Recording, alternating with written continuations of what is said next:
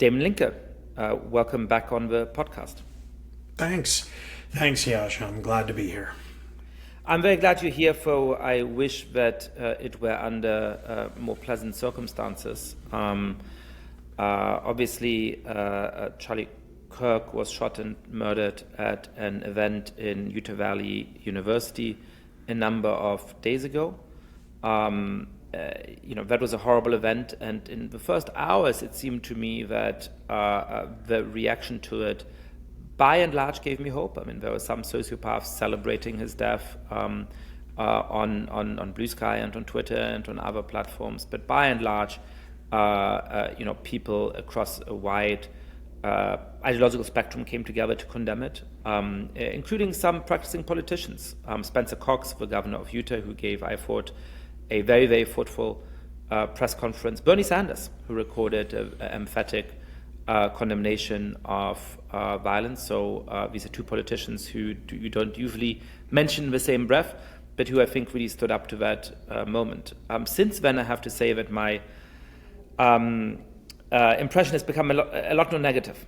It seems to me that since Wednesday, very quickly, the kind of hell machine of social media has found excuses for people, or people have used the hell machine of social media to find excuses for themselves to go back to the place of comfort, which is to hate the other side, to think that they are saints and everybody else is evil. And you see that on parts of the right, which is, despite the fact that there's been political assassinations of people across the ideological spectrum over the last years, seizing upon this horrible assassination to say we are better and the left is evil, and we're going to now use this as a moment to, as Stephen Miller said, go after all of these supposedly violent organizations and institutions and in an unprecedented way. I think Elon Musk tweeted something to the extent of, either we win or they kill us, but also on the left, where very quickly anybody who had a positive word to say about Charlie Kirk was attacked, where quotes by Charlie Kirk were circulating, either completely made up or very significantly distorted to paint him. And he's obviously somebody whose views I don't broadly agree with, but to paint him, as a kind of extremist that he wasn't. And then really to bring this kind of in-group pressure to bear, to go after, for example, Ezra Klein for having, been too overly gracious in, as they see it, in how he spoke with the dead. And so I have to say that I'm now at one of my most pessimistic moments about America. I really feel that this past week has brought forth a new darkness that I'm very worried about. And I'm wondering, Damon, after this unusually long intro to my podcast, how you experienced the events of the last days and whether you share the sentiment or feel differently. Oh, no, I think we're very much on the same page, Yascha. In fact, if anything, I was feeling pretty dark about it pretty close to immediately after the event. I wrote a quickly written piece on Thursday that was almost like just a walking through of my last 18 hours, because I was walking across Penn's campus a little after 3 p.m. on Wednesday on the way to class to teach a first-year seminar on conservatism. And I saw on my phone that he had been shot, and I thought, oh no, this is bad. I don't know what's going to happen with this. I went to my class, and there was this very familiar kind of adrenaline-driven buzz that you're used to these days when there's big breaking news and everyone's on their device looking for the latest. And right before class began at 3:30, one of my students out of 15 who came in like at the last minute and someone told him what had happened, his response was, "Oh, good." And I used that as an occasion to start the class by trying to say, I don't want to be picking on you in particular to this student, but that kind of a sentiment is just not good. Politics is a way of trying to get along and live together with people you disagree with without violence. And if that thin layer of civilization breaks down, we will be in a world of heartache unlike anything in that room certainly has ever known. And neither of us in our lifetimes have either. So that worried me, seeing Elon Musk's tweet very soon after the news came out, even before we knew that Kirk had died, saying that the left is the party of murder. That sort of set the tone. It was almost like he was responding tacitly to the few tentative signs of optimism that you detected, or causes for optimism that you mentioned, Yascha, and saying, no, actually, our response to this should be something else. It should be it should be a declaration of self-defensive war. And that's something I hope we can talk a little bit about, that it's very hard, I find, as someone who's like broadly in the middle of our politics, inclined center-left, but yet desperately wants us to avoid going into a self-recriminatory spiral that ruins our ability to govern ourselves. It's very hard to simultaneously say, yes, Charlie Kirk was a right-winger. He did indulge in inflammatory rhetoric, even if he, yes, did also believe in free speech and debate. He should be praised for the latter. But if you're not on the right, you're not going to like the things that he says. Like that he's not talking to you, he's talking at you in an accusatory way on behalf of a very different outlook and ideology.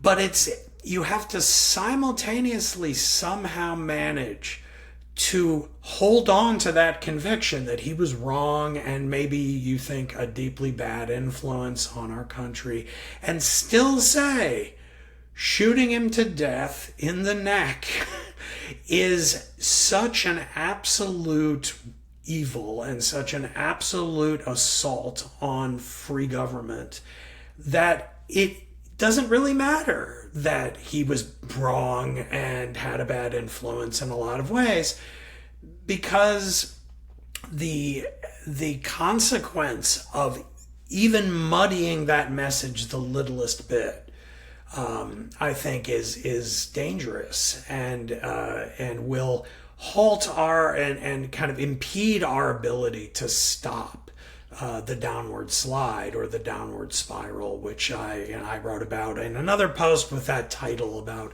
observing the downward spiral that I fear we're in, with Trump, very much provoking a lot of it, in my view, just a week ago, he tweeted an AI picture of himself as Colonel Kilgore from Apocalypse Now, talking about sending in troops to Chicago, I guess over Ride of the Valkyries by Wagner, like in Apocalypse Now. I mean, that is just such an over-the-top provocation. It's like he wants anyone who's anywhere to the right of him to respond in an understandably overwrought way at this provocation so that he can say, see, that's why we need to send the troops in, because they hate us, they hate America, they're bad for the country.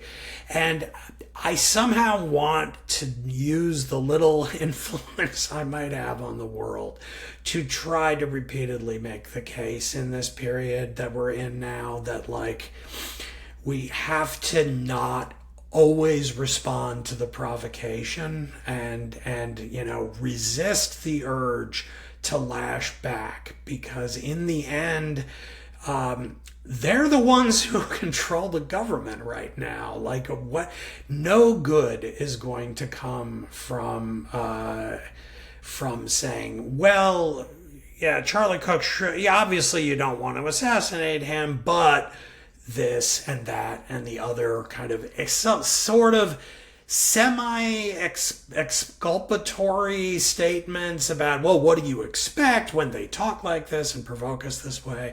Anyway, I'll stop myself and let you hop back in here. I could go on and on. It's a sad moment.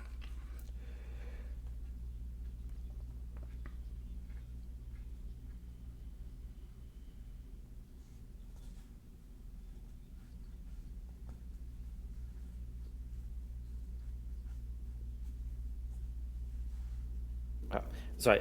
I've been trying to gauge for the last days, how widespread some of really ugly sentiments on social media have been in the country as a whole. The easiest guide to reality is social media. And I do think that on social media, after this brief period of relative reasonableness, both sides, and I use that term knowingly and deliberately, went back to their worst selves. And the extent to which a number of very famous figures on the left, very influential figures on the left, ended up spreading misinformation, as the favorite term of some of those people goes, about particular things that Kirk had supposedly said, is astonishing, including some mainstream media outlets who, for example, claimed that Kirk had advocated the stoning of homosexuals, when there's many, many videos of Kirk defending gay members of the conservative movement. He had very socially conservative views about homosexuality that I don't share, but doing battle with straight-up homophobes to say that there needed to be a place for gay conservatives in the movement. And the reference he has to a famous line about stoning gay people in Leviticus, actually was in response to a progressive bringing up a Bible line to justify a particular kind of policy, and him saying you can't selectively quote Bible lines in order to justify particular public policies. That's not how good argument works, which is a perfectly reasonable point to make. Again, I disagree with him on many other things. So I was trying to figure out how widespread that is, and it's very hard to know. But I was struck myself. I'm at a conference about artificial intelligence at Harvard this weekend, and a perfectly reasonable, reasonably senior Biden appointee who I was chatting with did end up just offhandedly saying, I don't see why anybody's upset about this, and I, this seemed like a very otherwise reasonable, pleasant person, not an extremist, somebody who had interesting things to say about the subject of a conference. And I was quite struck by the fact that clearly the bubble that this person is in, that does seem to be the expectation of how you see the world, and they're then very free to share that to a stranger at a conference in a way that I found to be additionally saddening, because it's the first time that I'd actually seen that in real life rather than on social media. I think, there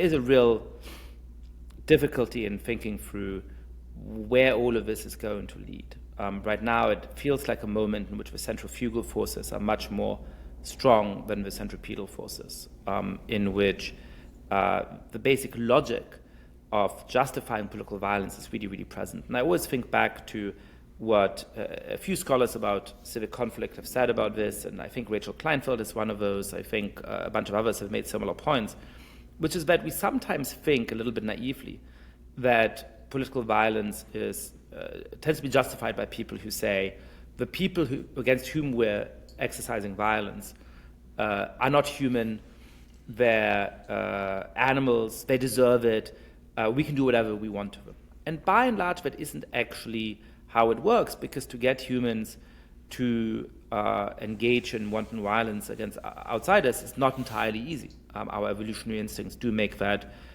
one of the things that is in our political repertoire, and I think a lot of the goal of our politics always has to be to restrain that danger. But it takes a lot of work, and normally the way that work is done is by saying we are in danger from the others, right? You don't start by saying they're the animals, they don't have rights, they don't have any interest, we can do whatever you want to them. You say they are the ones that are a danger to us. And unless we defend ourselves against their dangerous tendencies, we are going to be toast.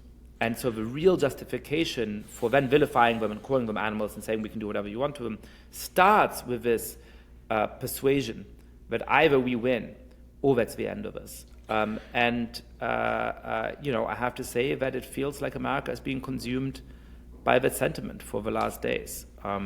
Yeah, I mean, the thing that has struck me most powerfully and chillingly over the last few days in observing this reaction is the extent to which right wing or even just right leaning journalists and other, as we say, influencers.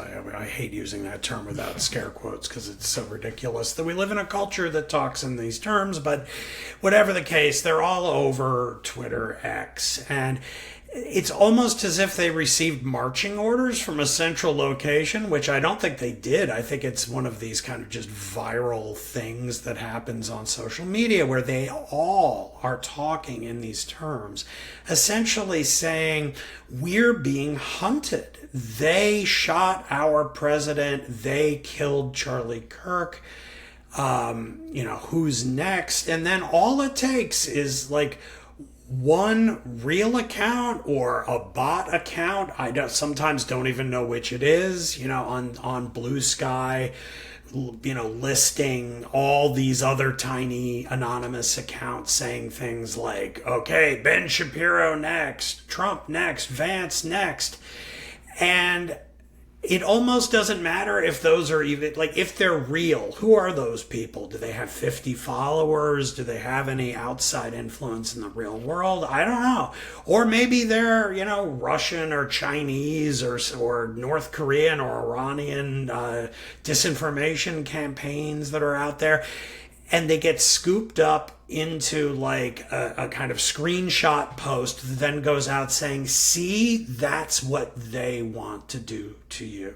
And then it gets linked up with quotes from Joe Biden talking about the threat posed by the Trumpist right, or Kamala Harris's campaign calling it fascism in the final days of the campaign in 24. And you very quickly, we already have a sort of unified front of conviction on the right that it's either us or them. They are hunting us down with rifles and will destroy us if we don't protect ourselves.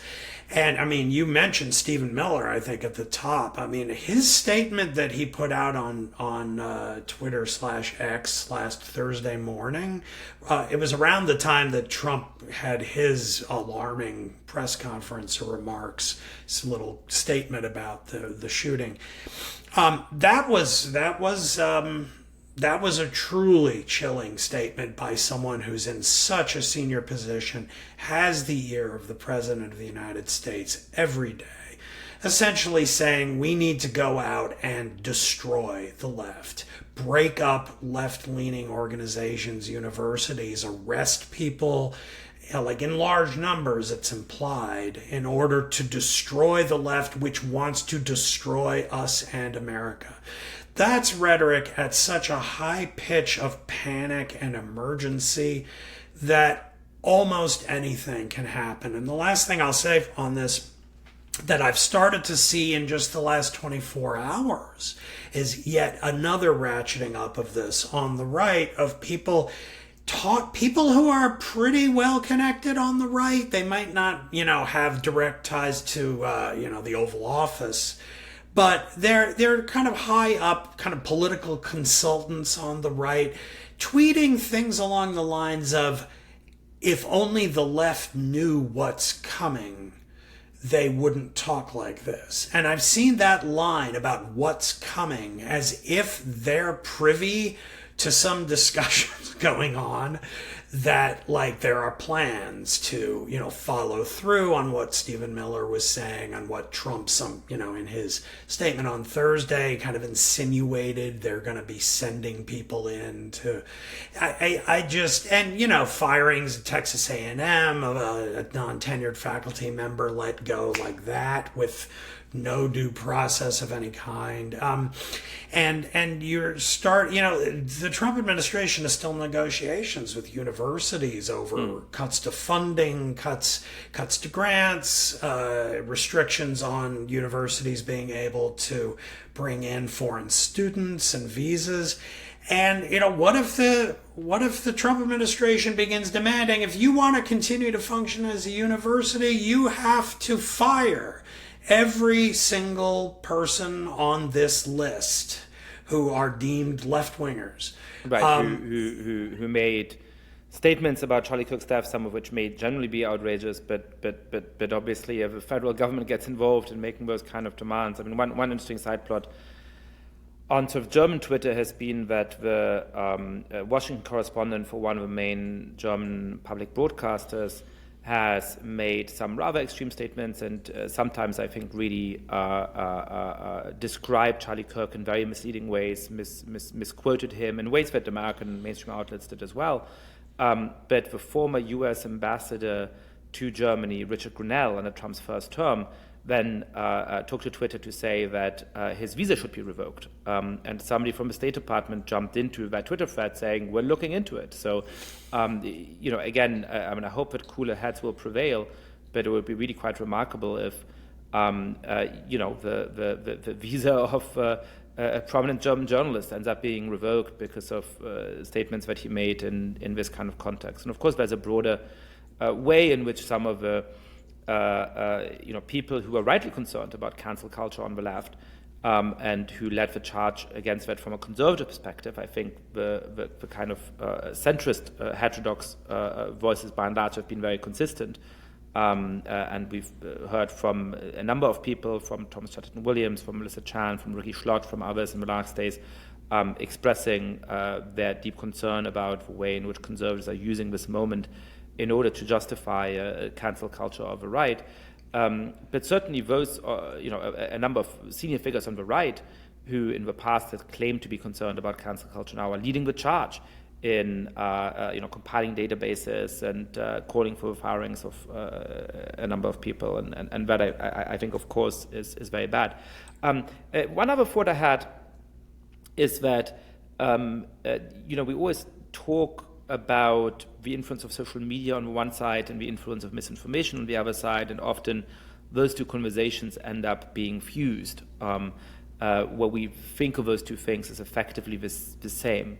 I would say that the last days actually show that these are slightly separate problems. I've been gradually becoming more convinced in general that the rise of the internet and of social media is really a key explanation of everything that's going on politically in the last 10 or 20 years. I've always thought it was part of the explanation, the people versus democracy. I talk about it as one of the three things going on, but I think the centrality of it seems to me to be becoming more and more obvious each year. I wrote recently about the really striking changes in the personalities of young Americans who are becoming less conscientious, more neurotic than they were in the past in ways that I think can only be explained by the growing prevalence of social media. So I think I'm quite bought into that explanation. I'm increasingly skeptical of the misinformation explanation. And one of the things that I thought was striking about the last few days is that social media was able to take us from a moment of shared and broadly expressed horror at this assassination to everybody being back in their corner saying, we are the pure ones and they are the evil ones within 2 days. And the role of misinformation in that seems to me to have been rather small. There was some piece of misinformation in terms of speculation about the identity and the motives of the assassin. There was some piece of misinformation in terms of, again, the quotes by Kirk that people used, some of which were really misrepresented. There was one, I thought, rather ugly piece in which a very, very viral tweet that garnered about 20 million views omitted a key part of a sentence in Governor Spencer Cox's speech, who had expressed the, I think, rather humane sentiment that as governor of Utah, his first instinct was, I hope that somebody from outside did this, somebody from another state, somebody from another country, somebody who allows us to say, this is not us, but sadly those prayers weren't answered. It was one of us, and this is something we have to reckon with. I think that's a perfectly reasonable sentiment to express. A number of viral tweets took out the from another state in order to make that sound, as though Spencer Cox was saying, I would have loved to vilify immigrants and outsiders for this in a way that I think clearly was not his intent, and that was also put in the New Republic and other mainstream media outlets in those kinds of ways. So misinformation played some role, but I don't think it played the real driver here. What brought us back into this deep logic of division was just the dopamine hit of hating on people and getting likes from it on social media, combined with irresponsible political leadership, combined with the deep polarization of our society today. Yeah, I think that's right. I mean, I've always been a little bit skeptical of the emphasis on disinformation as the source of our problems. My attitude, even going back to, say, the 2016 election and the role of Russian disinformation and the outcome, my attitude has always been maybe on the margins, but if we weren't already so polarized and divided, there'd be no traction for that stuff. You always have to, whenever you make a kind of exogenous or external causality argument, you always have to account for but why did it work? Why did it actually become sticky and make a difference? And it's that latter concern that always had me pointing more towards social media. And so I agree with you on that. I've been working on constructing an argument for a while about how this works, thinking in terms of James Madison's writings about faction and how the whole idea behind making a kind of nationwide republic, which was very controversial in the 18th century. Could it work? Because republics had usually been small. If you had a larger political regime, it tended to be a kingship, a monarchy, if it's a nation, and then larger than that would be an empire, which obviously is not democratic in the pre-modern period. So James Madison made the argument that actually we can get away with this, and in fact expanding the size of this early United States will be better because the problem of factionalism and disagreement will actually be helped by the size, because we'll have a proliferation of factions, no one of which will be big enough to oppress any other. And so the diversity and differentiation of our society will actually help democracy. The problem with social media is that Madison's argument only works if you're talking about factions in real space. So where is a faction? Well, it's in this city, this industry, and then it's formed by people within proximity to each other joining together in common interest and participating in politics to get their interests recognized by the government. But social media allows the formation of factions in virtual space. And what that means is that every person on Wednesday who was inclined to hear about Charlie Kirk being assassinated with a statement of rage about the left, that we're being hunted, that this is like they want us dead, with they applying to half the country. Everyone who took that extreme view instantly or almost instantly finds every other person who's inclined to have such an extreme reaction. And then because on social media, hot statements travel much farther and faster than cool statements, because everyone says, whether you like it or hate what you're hearing, you say, oh my gosh, look what I saw. And then you share it, and then other people share it. So the left can help share the right's most extreme statements in an expression of disgust, but yet it still leads to travel further and to shape the conversation in public. And so what we have here is this situation where, people say, social media is not the world. It's not that many people who are on these apps doing these things. And that might be true. We're a nation of 330-something million people, and it is a fraction of that who are sitting there on Twitter or X after an event like this. And yet, how many people does it take to really ruin a democracy? How many of us need to be committed to, if not even political violence, then supporting an illiberal crackdown on the threat of political violence? 1 million, 2 million, 3 million? What's that? That's 1% of our population. So 3 million people committed to political violence can do a lot of damage. And so what you end up with, I think, is a lot of Americans, sort of the ones who aren't that looped into all of this, observing it, scratching their heads like, how is this happening? Why is this happening? I don't understand. I think this is terrible what happened to Charlie Kirk. And yet And yet there's some highly activized and radicalized marginal people who have such a loud megaphone because of these technologies that they inevitably end up driving the conversation and driving the politics. And especially when we're in this configuration where it's the right who is most agitated and angry and scared at this moment, they're also in the White House with all the power.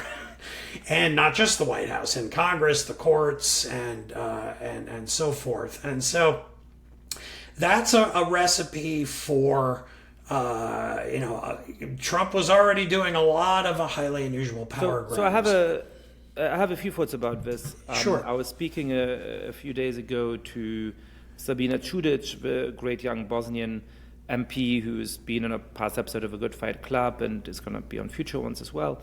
And she was talking about growing up in what was still Yugoslavia. And she was, I believe, about 10 years old as the Civil War was approaching. And she remembers a New Year's Eve party in which her parents were talking about the prospect of political violence. And a lot of her family friends and her family said, we're sitting here in Belgrade. We have friends who are from every ethnicity. There's so many mixed marriages, which in that context means, people from different constitutive parts of Yugoslavia.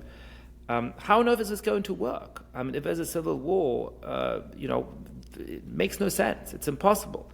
And most, even for there's some extreme nationalists, and they have their voices, most of us don't want anything like that. I mean, 3 months later, she and her family were in Sarajevo, and the horrible siege of Sarajevo began, and all of these people who died during the war. And so I'm sort of stuck between these different interpretations in the United States. I, for various reasons, don't believe that a civil war is a realistic prospect in America, and I think some political scientists who are talking about that in very loose words are more interested in selling books than in really analyzing the situation. But the basic structural problem is the same. You still look at polls in America, and most Americans have reasonable views about all kinds of things, including highly emotionally charged culture war questions, including, I assume, the assassination of Charlie Kirk. I'm positive that a majority of Americans did not see anything to celebrate in it. But is this majority of decent people going to be able to continue resisting against the logic of a deeply polarized political system that calls a small minority of people to, at the very least, disrespect the basic rules and norms of our political system that allow us to settle deep disagreements by the ballot box and by institutional means rather than by force, and perhaps even impedes the violence that would otherwise consume us. And I'm less certain of that as we're speaking today than I was a week ago or a month ago or a year ago. I also want to circle back for a moment to Federalist 10, because as it happens, I've just been teaching Federalist 10 in my course on democracy and populism. It's one of the most brilliant texts of political theory anywhere, of course, and one of the most brilliant texts of the American founding. The problem of faction sounds a little bit abstract. It sounds a little bit about special interests and stuff like that, but it really, to the founders, was a fundamental problem of how to build a self-governing republic that could survive. I mean, when James Madison wrote down to write Federalist 10, was it Hamilton? I think it was Madison. Madison did that. Now I'm second guessing myself. There had not really been a self-governing republic in a long time. I mean, at the time, the Athens had failed and Sparta had failed and the republics of medieval Italy had failed, and you had like the Republic of Venice, which was on its very last legs, and you had the Dutch Republic, which was basically dominated from the outside, and you had Ragusa and San Marino, and that was about it, right? I mean, every damn attempt at governing ourselves had failed. And so the brilliant logic of Federalist 10 was to say, factions have been the problem that have led to the downfall of each of those republics. And so you would normally think that the solution would be to go against the problem, right? If a friend of yours drinks too much and you're worried about that, what is the natural response to that? It's to tell them to drink less and to get them the help they might need and perhaps rehab or whatever it is. But if you drink too much, the solution is to drink less, right? And Madison says, no, you can't solve this problem by reducing the number of factions. The only way to get rid of faction would be to kill liberty. Liberty is to faction as air is to fire. And trying to solve the problem of fire, but by somehow getting rid of all the air in the world, would be a cure worse than the disease. And the same is true of liberty and faction. So what we actually need to do is to multiply factions, so that not a single faction ever would be able to have a majority and act upon it. And that, of course, is the founding of the deep belief in freedom of speech and freedom of assembly and all of those things, which are naturally going to lead to faction, but characterize our political system, and, of course, to the large territorial system with political representation of people who are supposed to look after the public good and so on. I'm going on a little bit because I was going to say one challenge to this image is that the rise of political parties, which started very quickly, which came into being really by the year 1800, is what showed that scheme had failed. Political parties don't really appear in the founding documents of American democracy or of most democracies. And then they emerge as a key component of the political system very quickly. And because of the electoral system that you get very quickly in the United States, through most periods of American history, you do have two political parties. And you might say that failure of Madison's scheme, therefore, is of very, very old standing. Now, you're making a slightly different argument, which is not that the fact that so much of America can be squeezed into Democrats and Republicans shows that the aspirations of Federalists 10 failed, but that somehow those political parties that battle between the left and right, between liberals and conservatives, between MAGA and everybody else, however you want to characterize it, sort of postdates the invention of social media, that the two political parties somehow don't become two rival factions in a way that destroys Madison's scheme by 1990 or perhaps by 2005, but now it does. So explain to me why sort of you can have a two-party system without that really running in the face of Madison's aspiration, but you can't have a deeply polarized two-party system in the age of social media without that being the case. Right. Yeah. I mean, I don't see the rise of parties early in the Republic as a kind of proving that Madison had been wrong, because I see parties are ways of organizing factions, and it's true that once you're doing that, it is always kind of a threat or a danger that the two parties will basically become the two factions, with one trying to oppress the other. But for much of American history, it didn't work like that. Now, it did begin to work like that in the 1840s and 50s as the slavery question came more and more to the fore, and each party ended up basically taking up the position on that question to the exclusion of every other question. And the result, obviously, is a civil war, and the Civil War for Americans. And at that moment, it appeared that Madison's hopes had indeed truly failed, because that was the fear being made manifest. But it was a function of the fact that slavery had remained an open issue. Then after the Civil War, especially on into the 20th century, by the time you get to the post-war period, I think we're sort of living the Madisonian dream, because we, yes, still have two main parties, but they're very differentiated, very ideologically confused. They don't overlap, or they do overlap. They don't oppose one another in some unified sense. And so I think things actually work quite well through the decades of the late 40s, 50s, 60s, 70s, all the way down past the end of the Cold War into this century. What has become a problem is that we've begun to see that kind of ideological sorting that preceded the Civil War again, this time over the other things that divide us now, not slavery. And that's dangerous, but then we now have the added overlay of social media. And what I said about the capacity of people to sort of form factions in virtual space on social media, I do think is a major contributing factor to why we have seen the rise of right populism all over the democratic world. It's because the kinds of voters who support that kind of politics tend to be rural, not living in major city centers, not necessarily living in the parts of the countries that are thriving the most. And yet it's very hard to organize those people if you don't have some technological way of doing it, because those areas, those more rural areas of the country, are lower population density. People are further flung.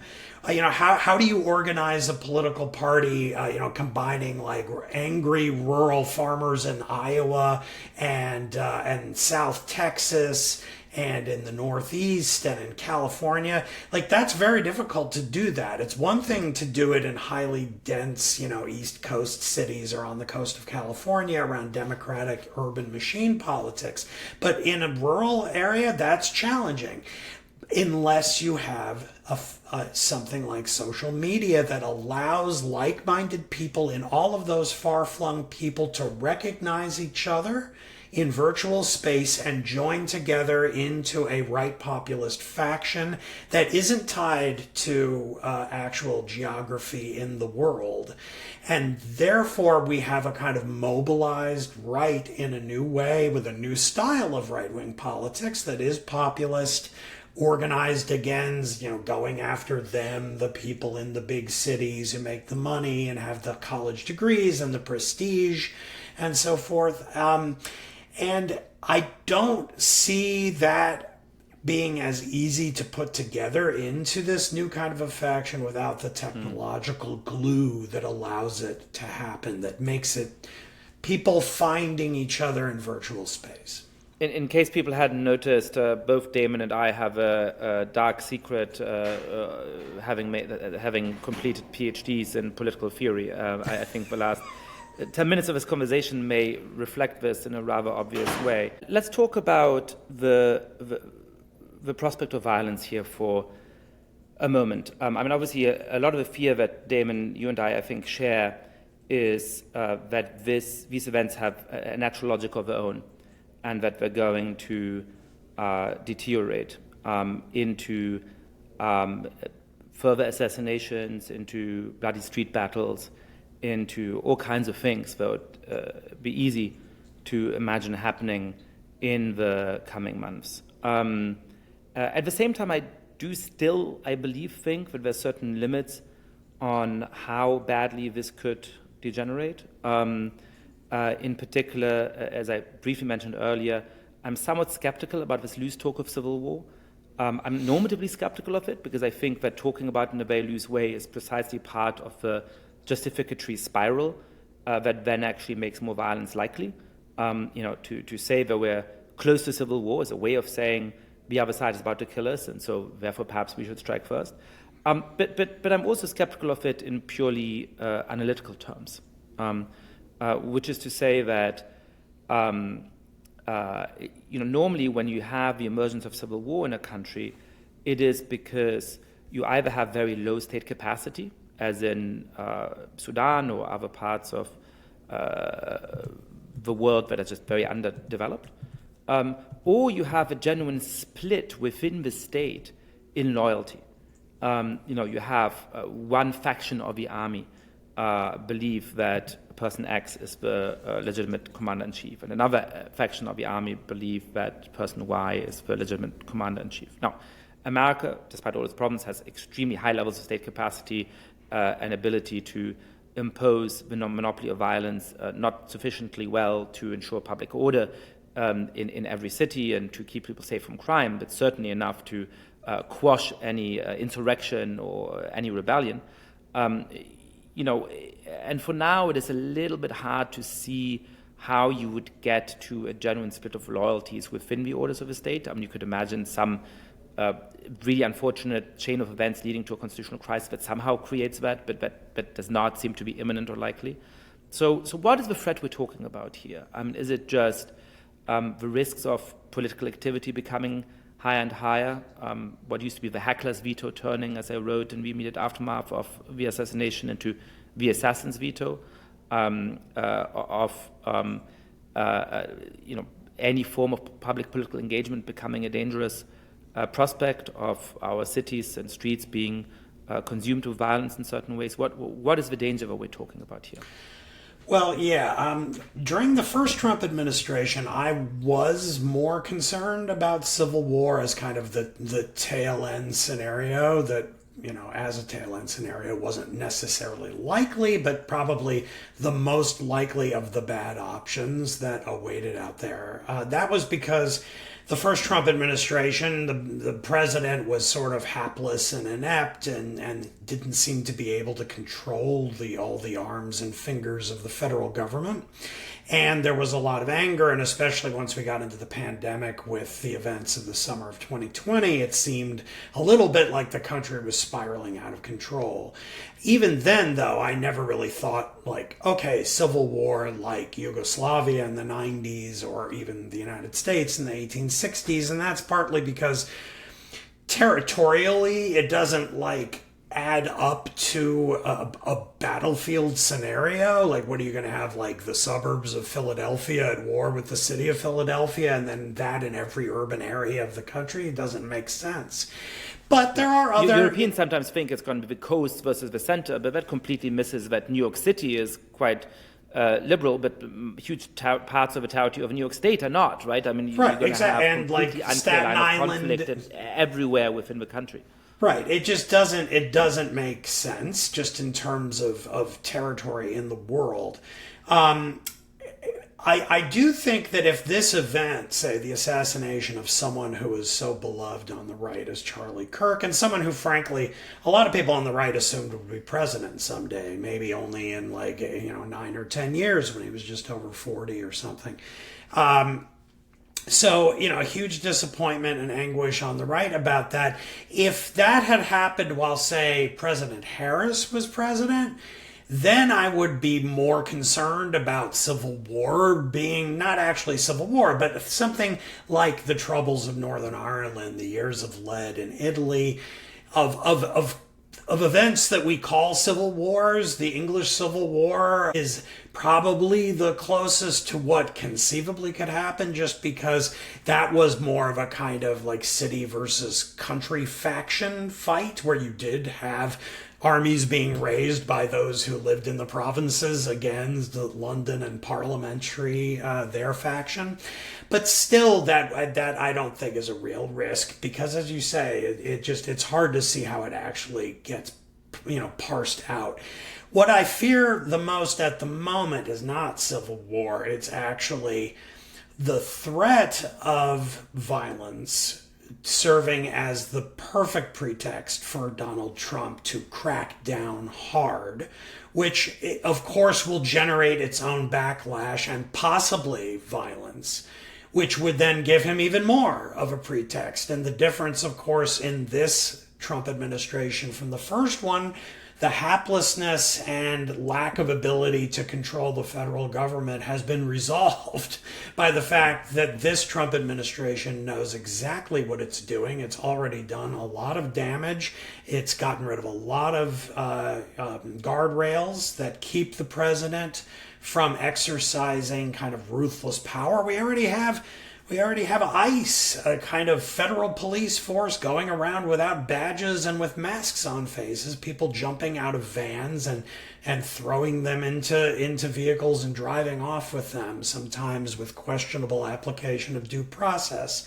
And that's before this. So my fear is this kind of escalatory spiral where violence and the threat of future violence serves as a way of giving Trump a kind of green light to exercise authoritarian will even more than he already has. That's what I think some of those people I mentioned earlier online are alluding to. If only the left knew what was coming. In other words, they sort of they are hearing that there are plans being hatched in the White House to actually, I don't know exactly what, but viciously go after universities and then people, I don't know, social workers, psychologists, anyone they describe as like the professional managerial class, which is like they're all students of James Berman now, talking about the managerial state, and that all the managerial people out there in the country are like closet leftist radicals who want to destroy the right.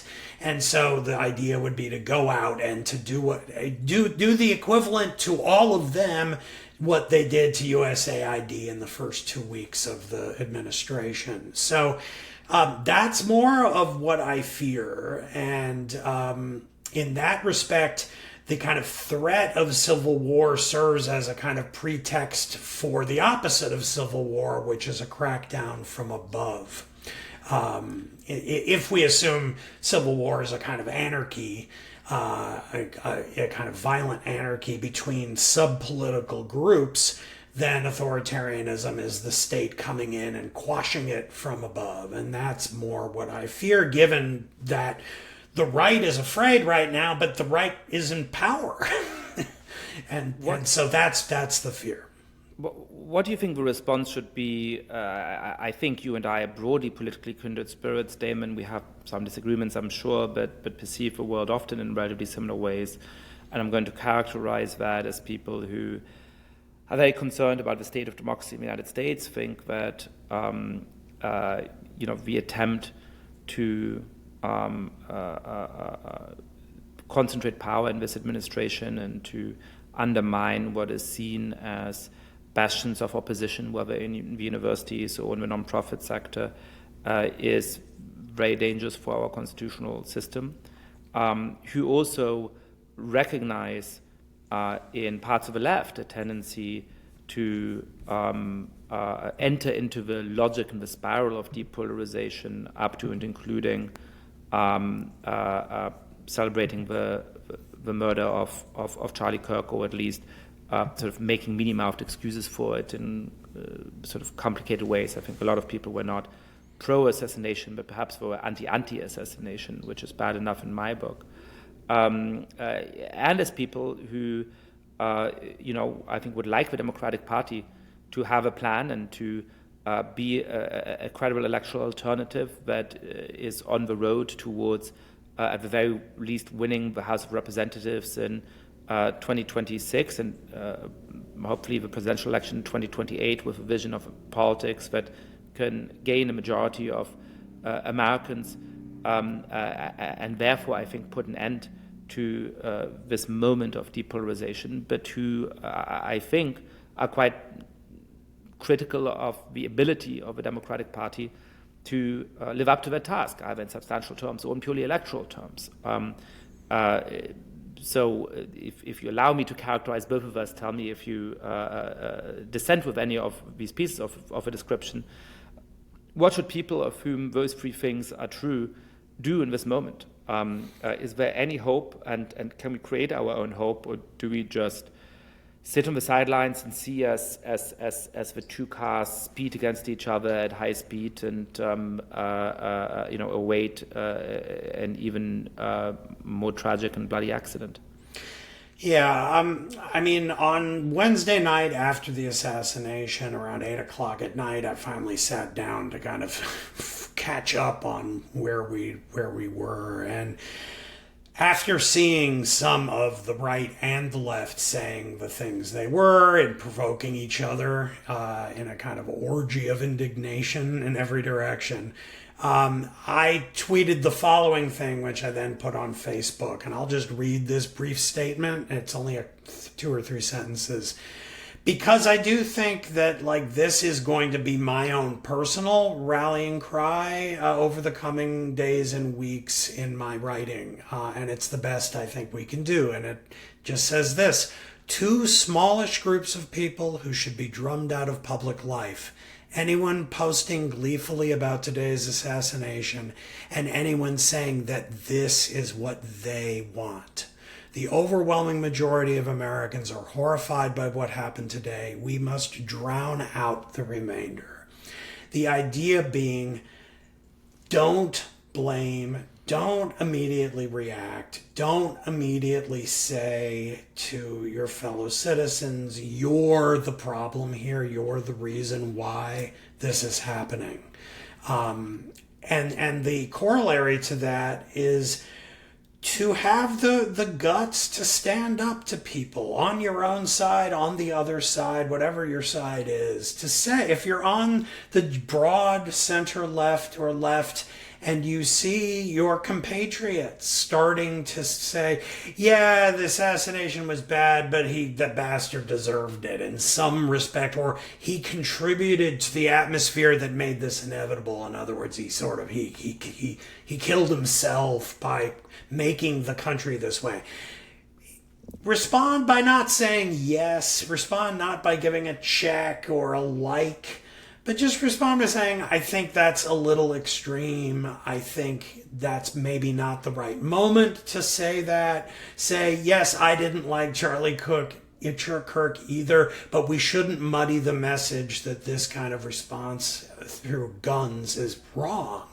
And similarly, if you lean toward the right, say, yeah, I know. Sometimes we're the victims of this kind of violence, but one of America's greatest faults is that we shoot each other. We're just a violent country. We have a lot of guns around, and there are any number of people on the left who have been the victims of assassination just in the last couple of years. These 2 Minnesota lawmakers were gunned down in their homes just a few months ago. And you don't say that to kind of score a partisan point and say you on the right are a hypocrite because you don't care about that, which might be true. But you make a point not to make the point every time. Instead, just say, don't forget the evidence that complicates your indignation. Indignation is a potent drug, but it can distort your vision, and it can keep you from seeing the complicated reality we really live in. And so other than telling people to stake out that kind of a position, to respond to the madness around us, by saying, in effect, and using our words, our rhetoric as much as we can to lower the temperature, not raise the temperature, not even halfway lower the temperature by saying yes, but just saying, actually, this is just wrong. And I mean, as I said at the top, I sort of reprimanded one of my own students the other day in class for responding in this kind of a way to the shooting. No, you can dislike a lot of things about Charlie Kirk, but you don't shoot a guy in the throat while he's sitting there at an event in order to win, because you won't win. You're just going to make it more likely we all lose. Thank you, Damon. I think this moment, more than any other, makes it hard to have in-group moderation and calls for the importance of in-group moderation. It's always easy to say what's wrong with the other side. And, we live in a moment where whichever side you're on, there's a lot of things wrong with the other side. I tend to be more on the left, and I see very vividly the things that are deeply wrong with the right wing of American politics in this moment. But I think, and the temptation is to concentrate on that and shut up about everything else, because that's how you keep your friends. That's how you have a political tribe. That's how you have belonging. But I think if this moment calls for anything, it is for people to also be willing to call out on their own friends or their students or their family members, engage in the justificatory spiral of violence. You don't have to call them out angrily. You do it with grace. You can do it in a loving way. You don't do it by shaming people. But use that social capital, use that political capital with people you love and trust to say, this is not where the better angels of our nature are. And perhaps I can end our conversation by reading something. I put a version of this on Substack notes and then put it at the end of the second article I wrote this week, which is that it's important to remember that most Americans aren't sociopaths who hate anyone who disagrees with them. Most Americans do not celebrate political violence, even if it hits what they consider the quote-unquote right target.